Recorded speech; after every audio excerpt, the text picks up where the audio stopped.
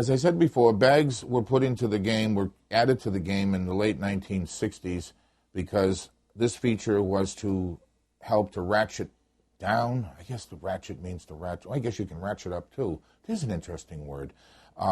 The abuse of the bidding by the old classic spaders who decided that, well, maybe the partners had to bid a minimum of 2, so you get these 8 and 9 bids, and who cares if you made over tricks? In other words, you didn't have to bid accurately. Some variations in the game even allowed people to bid 3, and if they made 5, they got credit for 5. So if that's the case, then why would you bid 5? You just could bid 3, you could bid 1. You could be much like the whist group that has a game that's a lot of fun. They play with jokers, they play with a kitty. It's just a really Wild West game. And if you bid 4 and you make 13, then you get what's called a Boston. And isn't that just great? And you could bid no trump and so forth.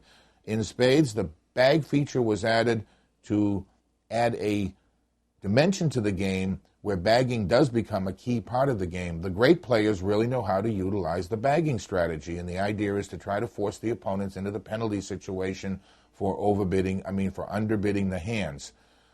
There is a fine line between overbidding and underbidding, and it's called the 11 bid.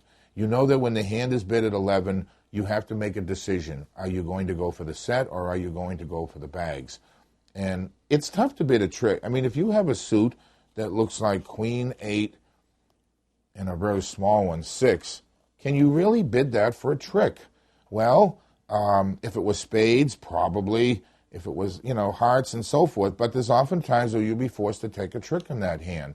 And a lot of the good players, what they do is that if they're forced to take this queen earlier, then they say, okay, I took a trick I wasn't counting on.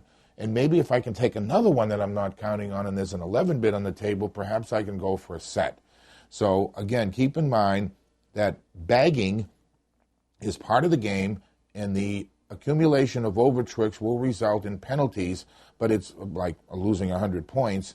But then again, if you overbid your hands, then you wind up getting into set situations. When we look at the advanced side of this particular topic, we will see the impact on bags and how the strategy of bagging really takes a big role in the end game of spades. Again, conservative, but not too conservative. Bid the tricks that you think you're going to take without going over the limit.